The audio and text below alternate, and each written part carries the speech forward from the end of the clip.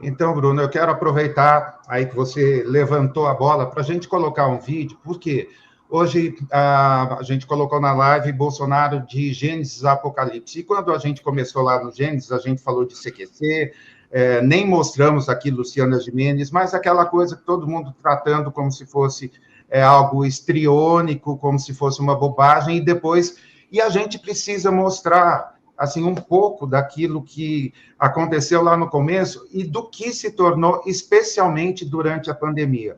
E assistir esse vídeo, Bruno, assim, me deixou assim, enfim, eu quero compartilhar isso com vocês, porque a gente não pode esquecer desse tipo de coisa. Vamos olhar aí quem foi que estava comandando o Brasil e, na verdade, aí, esse período trevoso que nós vivemos.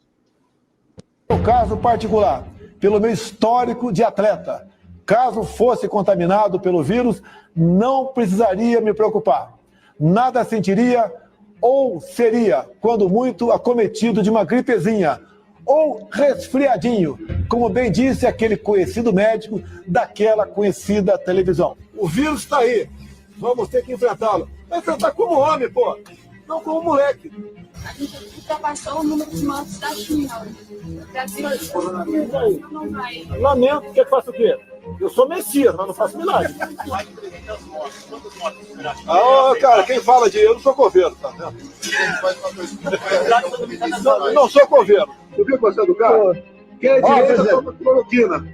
Quem é de esquerda toma tubaína. Se começar a sentir um negócio esquisito lá, tu segue aí a receita do ministro Mandetta. Você vai pra casa, quando você tiver falta de ar, tem que dar pro hospital. Fique em casa que a economia te vê depois. Isso é para os fracos. Ninguém vai tomar tua vacina amarra não, ok? Procura outro. E ninguém, eu que sou governo, o dinheiro não é meu, de povo, não vai comprar tua vacina, tá dando, ok? Procura outro para pagar a tua vacina. Tudo agora, pandemia. Tem que acabar com esse negócio, pô. Lamento os mortos, lamento. Todos nós vamos morrer um dia. Aqui todo mundo vai morrer. No caso particular. Bruno, o cara fez piada de todos os tipos e muita gente sempre rindo, né, ao lado dele. Qual que é a diferença desse cara debochando das mortes do cara que agora só tosse e soluça o dia inteiro e está assim pagando de vítima, se vitimizando e porque isso e aquilo? O choque de realidade, será que produziu algum tipo de coisa, ou ele vai aguentar ficar preso um tempo, ou ele não aguenta? Eu não faço ideia se ele aguenta ou não aguenta, mas o histórico de atleta parece que deveria garantir, né? Alguém que está preparado aí para qualquer situação.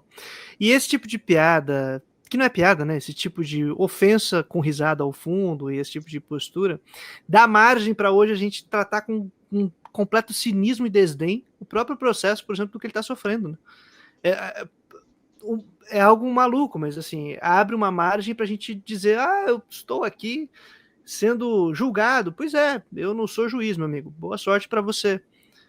Estou numa determinada situação que complicada. Pois é, meu querido, quem diria, não é? Tem que enfrentar como homem, não como moleque. Poderíamos reproduzir exatamente as mesmas falas e ver como é que funciona. Se esse grau de cinismo ele se mantém.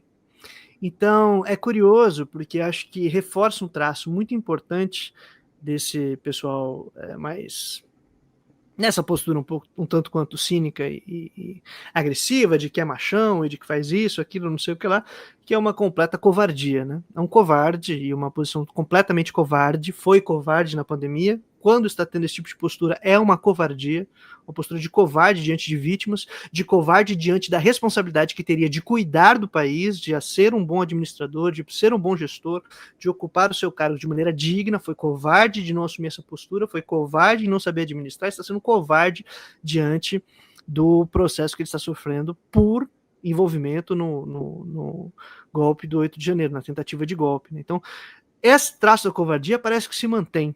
Uma covardia cínica, muito canalha, e que aparentemente, né, dá margem para a gente não ter um pingo de dó, ou um pingo de empatia, porque é meio que recíproco. É difícil você olhar para a situação que está falando e falar, não, ser empático. Cara, olha o que aconteceu na pandemia. Então é muito duro de aceitar com essa... Então, ainda mais revendo esse tipo de vídeo, né? Acabamos de ver um vídeo extremamente curto e não tem como você não ficar indignado, não tem como você não ficar com ódio de dizer, cara, olha isso, que postura é essa? É por isso que deveria estar sendo processado. É por isso que deveria estar sendo sofrendo os efeitos da sua irresponsabilidade, da sua covardia, do manejo que teve durante a pandemia. E só piora, se a gente parar por 2 minutos e começar a tentar rememorar o que a gente vivenciou, né, nas situações da pandemia, só torna mais grave, só agrava esse sentimento, essa sensação. Bruno, o triste nessa situação é que me parece que nem todo mundo acorda para isso, né? Ao contrário, eu me lembrei, quando eu estava preparando a pauta, eu me lembrei do mito da Hidra de Lerna, né? Quando uma de suas cabeças era cortada, 2 novas cresciam no lugar. E Hércules superou o desafio usando fogo para cauterizar. Enfim, a minha pergunta é, cada vez que essa semana, se for cortada essa cabeça, a gente já não está com outras 2 cabeças ou outras nascendo ou, enfim, dando trabalho aí para a gente? Eu fico com essa sensação de que a gente está precisando de um Hércules, e não sei se a justiça dá conta de ser o Hércules que a gente precisa nesse momento. Ah, com certeza não. Inclusive é um erro que a gente não pode cair, né? De imaginar que serão os instrumentos legais e as instituições vigentes que por si só vão resolver os problemas. Isso é muito importante se levantar, Pava, porque nesse momento que a gente está vivenciando, o que a gente está vivenciando, parece que é a justiça funcionando normalmente e, portanto, dá conta. Mas não é. Não é. Se ela funcionasse normalmente, ele estaria sendo julgado pela pandemia. Teve que ocorrer uma situação de quebra de normalidade da própria instituição para que ela reagisse. A vida das pessoas teve menos valor nesse processo histórico. Isso a gente não pode esquecer por quê? Porque não está nas nossas mãos a execução da justiça, a execução da função dos poderes. Infelizmente.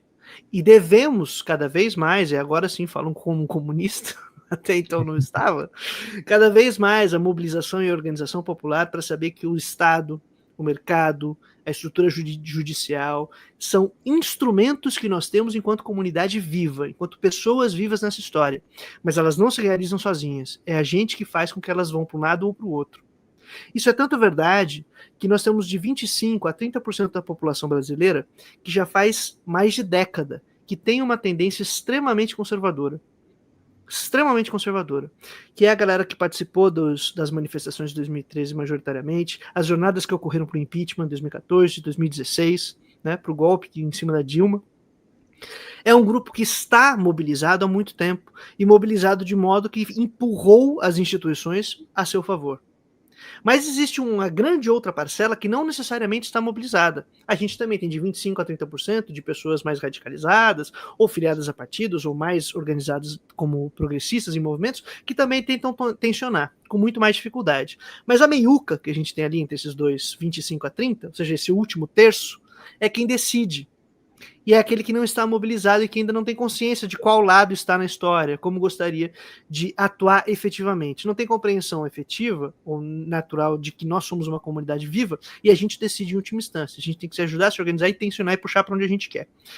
É esse grupo que é o grupo que ora pendeu para um lado, ora pendeu para o outro, e a gente chama às vezes de polarização, mas que eu não gosto muito do termo, afinal eu trabalho na perspectiva de luta de classes, né? Nós temos uma classe de classe média baixa, mais tensionando para uma ala conservadora, uma classe popular e de partes da classe média mais tendendo à esquerda, e um grande meio em disputas ali que estão sendo puxados de um lado para o outro.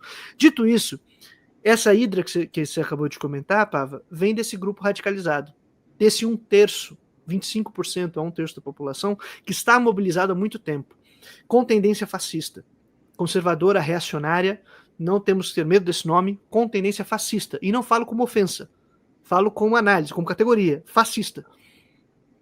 Quer poder para realizar seus próprios objetivos, os seus próprios projetos, de acordo com os interesses das elites e de manutenção da ordem, mudar tudo para manter como está, basicamente.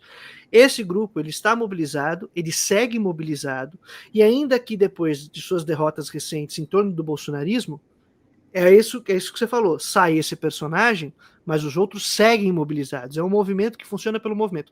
Tem um autor, cara, que eu gosto muito. Já que estou aqui como filósofo também, tem um autor que eu gosto muito, que é o José Carlos Mariátegui. É um filósofo, sociólogo, cientista social, vamos dizer assim, peruano, e que ele tem um texto sobre um compilado de textos foi publicado em português como As Origens do Fascismo. E ele estava na Itália vendo a ascensão fascista. E ele tem uma definição muito interessante sobre fascismo. Ele fala: fascismo é uma máquina de guerra. Ela não tem uma ideologia clara. Ela só quer reagir. É uma máquina de guerra reacionária que atua para reagir, para responder a um outro movimento, a quem considera alteridade, no caso, um movimento mais à esquerda, mais radicalizado, e que funciona como máquina de guerra. Ele vai constantemente trabalhar para acabar com seu inimigo. Ele precisa desse inimigo ali, vai acabar e para lutar contra. Então, uma máquina de guerra sem ideologia muito clara que funciona por si mesma e se anima nessa sanha constante de acabar com o seu inimigo, de acabar com o seu adversário, de acabar com quem considerar o perigo para a sua nação. Né? E aí as bandeiras, o Mariátegui fala, né? As cores nacionais, a bandeira nacional, serve para você esconder o sangue derramado no processo. Então, esse tipo de estrutura é o que a gente vê desse grupo radicalizado e mobilizado, né, que está aí muito animado já faz mais de década, que vai de 25% a 30% da população, que claramente funciona sem ideologia clara, que não seja acabar com seu adversário, como uma máquina de guerra operante, querendo a todo momento se animar com sua própria luta, né, com seu próprio combate, e que está de acordo aí com os interesses das classes dominantes, propriamente dita. Então, quer lutar pelos privilégios e tudo mais.